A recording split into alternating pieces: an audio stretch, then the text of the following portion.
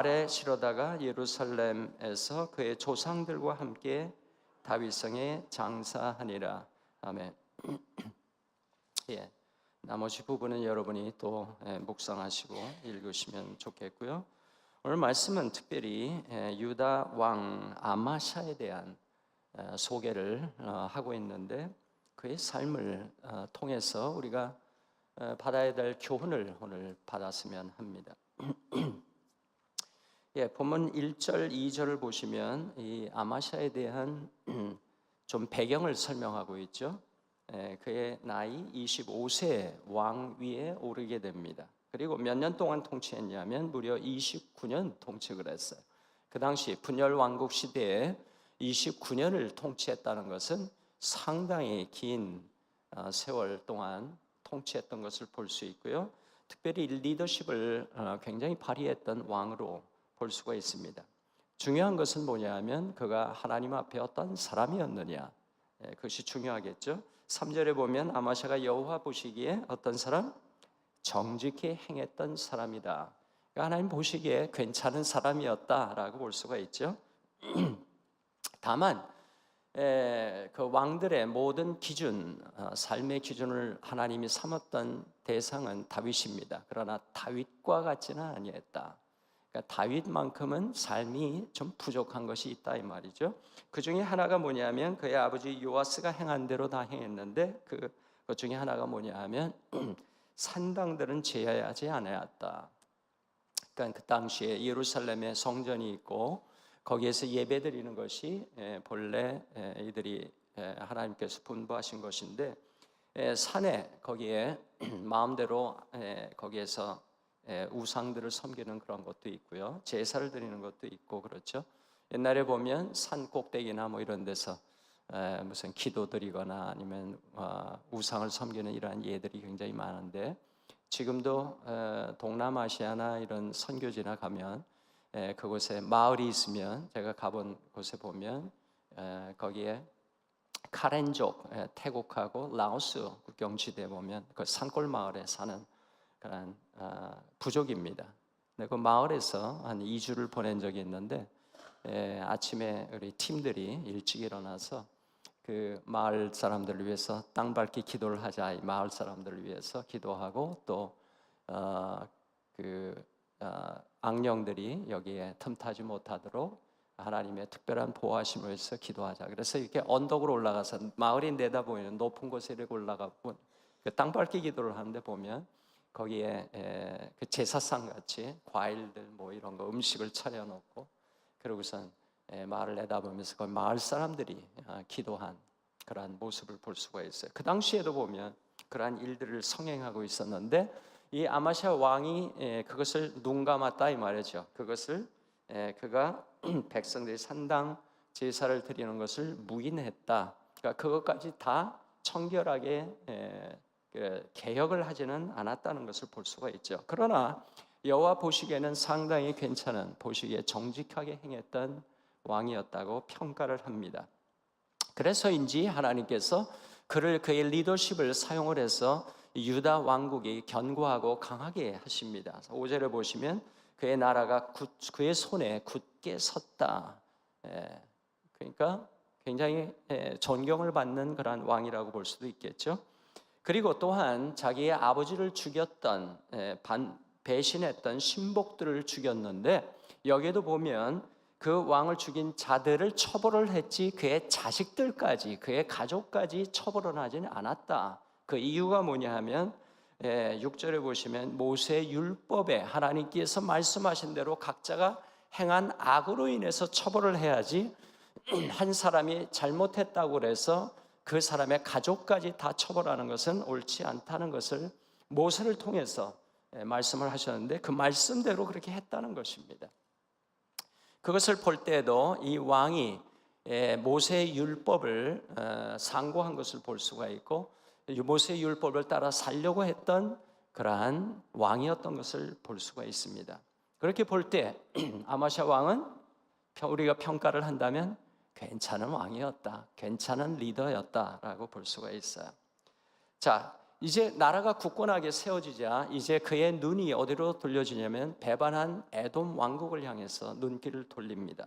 그래서 에돔 왕국과 전쟁을 벌입니다. 에돔 왕국은 유다 지경에서 보면 사해 바로 남쪽에 있습니다. 남동쪽에 있는 왕국이죠. 그래서 7절을 보시면 이 에돔 왕국과 전쟁을 벌여서 에돔 군사를 10,000명이나 물리치고, 그리고 또한 아울러서 셀라라고 하는 마을을 거길 점령을 해서 유다에 귀속을 시킵니다. 그러니까 이 나라가 내쪽으로 부강해지고 강해지고 또한 외쪽으로도 대외 관계 속에서 상당한 영향력을 끼치는데 성공했던 그러한 왕이라고 볼 수가 있습니다. 그러니까 유다 백성의 입장에서 보면 내쪽으로도 나라가 부강해지고 외쪽으로도 더 안전해지고 또 나라가 더 부강해지는 그러한 상황을 볼 때 아마샤를 얼마나 따랐겠어요. 존경을 했겠죠.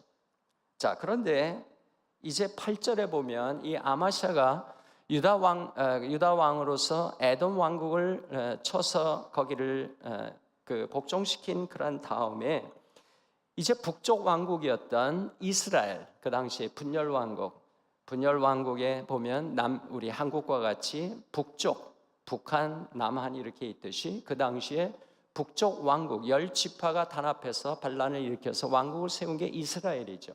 남쪽 왕국은 유다라고 불렀는데 이 유다 왕이었던 아마샤가 전쟁을 선포합니다. 즉 이스라엘 왕에게 우리 함께 싸우자, 나와서 맞붙어 보자, 그렇게 그 선전포고를 한 것이죠. 그래서 8절에 보면 오라 우리가 서로 대면하자, 이게 뭐냐면 우리가 한번 싸우자, 붙어보자, 누가 이기나 보자 라고 얘기를 한 것입니다. 그래서 그러한 전가를 받은 이스라엘 왕 요아스가 무슨 이야기를 하냐 하면, 야, 네가 에돔 왕국을 쳐서 파했다고, 그렇다고 네가 교만해서 우리와 싸우자고 그러는 거냐? 그러지 말고 네 왕국이나 잘 돌아봐라. 왜 화를 자초하려고 하느냐라고 타일렀습니다. 쉽게 얘기하면. 그런데 들었어요? 안 들었어요? 아마샤가 듣지 않습니다. 11절 보시면 아마샤가 듣지 아니함으로 드디어 전쟁이 일어납니다. 그렇게 해서 전쟁이 일어났는데 누가 패하냐면 이 아마샤가 패합니다. 유다 왕국이 패하게 돼요. 그래서 패한 군인들, 죽임을 당하고 패한 군사들은 다 각기 도망가고, 그리고 이 아마샤 왕은 어떻게 되느냐? 요아스 왕에게 붙잡혀요. 사로잡혀서 끌려서 어디까지 가냐면 자기의 수도인 예루살렘까지 가고, 거기에 모든 궁전, 그 다음에 여호와 전에 놓아두었던 금은 보화를 모두 탈취당하고, 그리고 아마샤가 수치를 당할 정도로 포로로 잡혀서 비참하게 되었어요. 다만 그를 살려두었습니다. 그리고 유다 백성들을 끌어다가 저 더러는 포로로 붙잡아 갔어요. 근데 공교롭게도 먼저 죽은 것은 아마샤가 아니라 누가 먼저 죽냐 하면 요아스 왕이 먼저 죽습니다. 16절에 보면 요아스가 그의 조상들과 함께 잤다고 그랬죠. 그리고 오늘 본문 보면 요아스가 죽은 후에도 아마샤가 얼마 동안 더 살게 되느냐? 몇 년 동안? 15년을 무려 더 삽니다. 참 기가 막히죠? 그리고 그 후에 그의 신하들이 반역을 해서 그 반역이 일어나자, 반란이 일어나자 그가 도망갑니다. 라기스로 도망했는데 이 반역한 무리들이 쫓아가서 그를 붙잡아다가 그를 죽입니다. 그렇게 해서 그의 시체를 예루살렘에 데리고 와서 장사됩니다. 이 아마샤 왕을 보면, 삶을 평가해 보면 그의 인생의 전반기는 참 괜찮았어요. 승승장구했고 내적으로나 나라 내적으로나 외적으로나 부강하게 만들었던, 또 하나님 앞에 정직하게 행하려고 했던 하나님의 사람이었다고 볼 수가 있습니다. 그러나 그의 삶이 꺾어진 때 그가 추락하고 그가 비참하게 인생의 말기를 보내다 그렇게 죽게 된 그의 삶에 돌아볼 때 그가 가장 후회하는 것이 있었다면 무엇이었을까? 무엇이겠습니까? 가장 후회한다면 뭐겠어요? 예? 북쪽 이스라엘 왕과 싸움을 벌인 거죠. 예. 그런데 그가 싸움을 꼭 벌여야 될 이유가 있지는 않았습니다. 그러나 아마도 그가 싸움을 하고자 했던 그 동기부여가 된, 왜 그렇게 하게 되었는가를 보면 이 북쪽 왕이 그것을 힌트를 줬어요. 얘기를 했습니다. 뭐 때문에 네가 나하고 싸우려고 하는지 내가 안다. 그 이유가 뭐라 그랬어요? 교만 때문에. 에돔 왕국의 10,000명이나 그 군사를 그 징벌하고 이긴 대승리를 거두었던 그것에서 인해서 그가 자신감, 또 다른 말로 얘기하면 내가 괜찮은 사람이다, 나는 강한 왕이다 라고 하는 것을 그는 드러내고 싶었던 것으로 보여집니다. 그래서 그가 야마샤에게 그가 죽기 전에 당신이 가장 인생에서 후회되는 일이 있다면 무엇입니까? 라고 물었다면 아마 아마샤가 그랬을 것 같아요. 내가 에돔 왕국과 싸워서 대승리를 거두고 그 다음에 내가 이스라엘과 전쟁을 벌였는데 내가 마음이 교만해서 그랬다 라고 하는 것을 그가 인정하고 죽었는지는 모르겠지만 우리가 볼 때 그가 가장 후회하는 일이 있었다면 그것이었을 것입니다. 그것으로 인해서 그는 추락하고 수치당하고 모든 가지고 있었던 부귀 영화를 빼앗기고 그리고 자신의 신하의 손에 죽임을 당하는 비참한 최후를 맞게 된 것입니다. 우리의 삶도 다르지 않아요. 우리가 가장 조심해야 될 때는 언제인가? 그때는 언제냐면 성공할 때입니다. 뭐가 잘 풀릴 때입니다. 그때야말로 조심해야 될 때야. 왜냐하면 일이 잘 되고 일이 승승장구할 때 우리는 하나님을 신뢰하는 것으로부터 어디로 옮겨가기가 쉬냐 하면 누구를 더 신뢰하기가 쉬울까요? 자기 자신을 신뢰하기가 쉬워집니다. 그래서 이 교만 귀신은 언제 달라붙기가 쉬운가? 그것은 뭐냐면 내가 괜찮은 사람이야. 나는 이런 거 잘해. 그리고 내 자신을 드러내고 싶어하는 그러한 충동이 생기는 그때에 달라붙습니다. 그래서 오늘 본문에도 보면 이 요아스 왕이 지적한 대로 네 마음이 교만하였으므로 그 얘기를 하죠. 교만하였으므로, 네 마음이 교만하였으므로. 그래서 이 교만이라고 하는 것이 우리의 마음속에 자리 잡지 않도록 우리가 평소에 매일 우리 자신을 돌아보는 성찰의 시간이 필요한 것입니다. 사도 베드로도 보면 예수님의 수제자로 3년 반 앞장서서 쫓아다녔던 사람입니다. 그러나 예수님께서 붙잡히시기 전에 예수님 말씀하시죠. 너희들이 다 나를 버리고 떠나리라. 그 말을 듣자 베드로가 발끈해서 주님 그게 무슨 말입니까? 얘네들이라면 몰라도 나는 아닙니다. 주님이 죽으신 곳에 나도 같이 죽을 준비가 되어 있습니다. 얼마나 오래 갔을까요? 네? 하루를 못 갔어요. 하루. 장담을 한 거죠. 그처럼. 그래서 우리는 성경은 경고를 합니다. 누구든지 선줄로 생각하는 자는 그 다음 뭐예요? 넘어질까? 속된 말로 하면 자빠질까? 조심해라. 선줄로 생각하는 자는 넘어질까? 조심해라. 승승장구할 때, 뭐가 잘 될 때, 내가 이쯤이면 됐지, 나는 괜찮은 사람이야, 나 이래봬도 내가라고 하는 것이 자꾸 앞서려고 하는 것이 느껴진다면 그때가 교만 귀신이 붙으려고 하는구나, 경고 받아야 된다 이 말이죠. 그래서 베드로가 그러한 노후의 때에 그의 삶을 돌아보며 성도들을 위해서 교만이 얼마나 위험한가를 가르치면서 베드로 전서 5장 6절과 7절에 이렇게 교훈을 남겼습니다. 그러므로 하나님의 거기 보면 서로 겸손으로 허리를 동이라. 하나님은 교만한 자를 대적하시되 겸손한 자들에게는 은혜를 주시느니라. 그러므로 하나님의 능하신 손 아래에서 겸손하라. 때가 되면 너희를 높이시리라. 겸손. 그래서 이 교만을 물리칠 수 있는 최선의 방법은 내 자신의 마음을 항상 겸손에 머무를 수 있도록 지키는 것이라 이 말이죠. 잠언에 보시면 무릇 지킬 만한 것 중에서 뭘 지키라고 그럽니까? 네 마음을 지키라. 이는 생명의 근원이 거기에서 남이니라.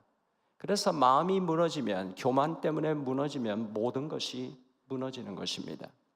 아마시아 왕은 교만으로 마음을 싹틀 때 그 충동을 물리치지 않고 두었을 때 그는 패가 망신하고 왕으로서의 존경이 아니라 수치를 당하고 비참한 인생으로 마친 것입니다. 우리도 얼마든지 그렇게 될 수 있다는 경고를 이 아마시아 왕을 통해서 우리에게 주시는 것입니다. 자, 문제는 뭐냐면 우리가 겸손해야 되는 거 알아요. 교만하지 말아야지. 교만하지 말아야지. 그럼 겸손해지나요? 한 목사님이 교만은 자꾸 그런 것이 마음에 걸려서 자신이 정말 겸손하게 좀 살아야 되겠다. 그래서 어떻게 하면 겸손하게 살면 좋을까? 그래서 자신이 이렇게 해봐야 되겠다 하고 뭘 했냐 하면 앞에다가 나는 죄인입니다 써붙인 걸 가지고 하루를 돌아다녔대요. 나는 죄인입니다. 앞에도 뒤에도. 여러분 그 대단하지 않아요?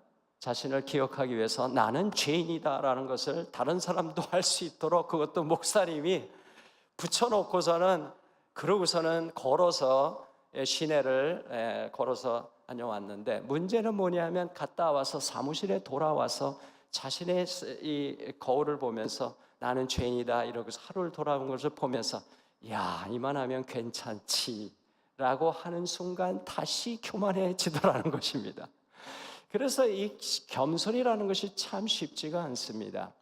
겸손을 실천하면서 내가 이 정도면 내가 겸손하는구나 하라고 깨닫는 순간 겸손이 뒤바뀌어서 다시 교만해진다는 것이에요. 그래서 이 겸손히 산다는 것이 참 쉽지 않습니다. 그래서 이 겸손의 삶을 살기 위해서 부단히 씨름했던 믿음의 위인들이 많습니다. 그 중에 한 분이 앤드루 머레이라고 하는 분입니다. 이분이 평생 겸손에 대해서 묵상을 하면서 그가 깨달은 것을 3가지로 요약을 합니다. 겸손하게 살기 위해서 자신에게 자신에게 계속 기억나도록 매일 그 자신이 무슨 고백을 드리냐면 이 3가지 고백을 합니다. 첫째는 뭐냐 하면 나는 피조물입니다. 창조주가 아닙니다. 여호와 하나님이 창조주이시고 나는 피조물일 뿐입니다. 이게 무슨 말이냐? 나는 모든 세상을 컨트롤하는 삶을 컨트롤하는 사람이 아니라 주님이 컨트롤하시는 분이십니다 라는 것을 고백하는 것입니다. 그 말은 하루를 살아가는 데 있어서 내 뜻대로 되는 것이 아니라 하나님이 주관하십니다 라는 것을 고백하는 것입니다. 그래서 나는 주님의 삶, 주님의 뜻 가운데에 달려있는 존재일 뿐이라는 것을 시인하는 것이죠.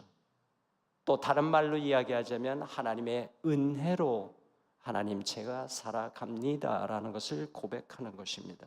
둘째는 하나님 저는 죄인입니다 라는 것을 고백하는 것이에요. 그래서 내 삶 속에 성찰을 하고 죄를 자백하는 것이 자주 있는가? 그것은 뭐냐? 내가 겸손의 삶을 산다 이런 것이죠. 그러나 그렇지 않은 사람들은 늘 옳다고 생각하기 때문에 대인관계도 별로 좋지 않습니다. 다른 사람들이 다 잘못한 것 같고 내가 옳다고 여기기 때문에 내가 옳고 당신 틀렸어 라고 하는 것을 주장하려고 하는 자세, 이런 것들이 교만의 특징이라고 볼 수가 있죠. 그러나 이런 생각을 갖는 것은 유익합니다. 따라하십시다. 나도 틀릴 수 있지. 나도 잘못 생각할 수 있지. 내가 잘못 들을 수 있고 잘못 이해할 수 있고 우리는 모든 것을 볼 수 있는 존재가 아니고 모든 것을 아는 사람이 아니기 때문에 내가 잘못 들을 수도 있지, 내가 틀렸을 수도 있지라고 그러한 마음을 갖는 자세, 이것이 겸손입니다. 겸손. 그래서 나는 죄인입니다. 나는 늘 주님 앞에 죄에 대한 자복하는 마음이 있는가? 다윗은 이러한 기도를 하죠. 시편 139편에 주여 제 마음을 살펴 주옵소서. 행여나 숨겨진 죄악이 있나 보시옵소서. 그리고 나를 생명의 길로 인도하소서. 성찰의 기도입니다. 주님, 저는 죄인입니다. 그러기에 겸손히 살겠습니다. 세 번째는 어떤 고백인가? 그것은 나는 용서받은 하나님의 자녀라고 하는 것이, 나는 용서받은 하나님의 자녀일 뿐입니다. 하나님의 은혜로 구원받았고 또한 하나님의 은혜로 하나님의 자녀가 되었고 주님의 피가 주고 하나님의 자녀가 된 나이기에 하나님, 내가 나 된 것 전적인 하나님의 은혜입니다 라는 고백을 드리는 것입니다. 오늘 아침 그러한 고백, 나는 피조물일 뿐입니다. You are in control. 그러기에 성령께서 나를 충만하도록 다스려 주시옵소서라는 기도로 하루를 열고 하루를 닫는 그러한 겸손으로 충만한 하루가 되시기를 축원합니다. 주님 가르치신 기도로 기도하고 여러분 각자 기도하시고 돌아가시기 바랍니다. 하늘에 계신 우리 아버지여, 이름이 거룩히 여김을 받으시오며 나라가 임하옵시며 뜻이 하늘에서 이루어진 것 같이 땅에서도 이루어지이다. 오늘 우리에게 일용할 양식을 주시옵고 우리가 우리에게 죄 지은 자를 사하여 준 것 같이 우리 죄를 사하여 주옵시고 우리를 시험에 들게 하지 마옵시고 다만 악에서 구하옵소서. 나라와 권세와 영광이 아버지께 영원히 싸움나이다. 아멘.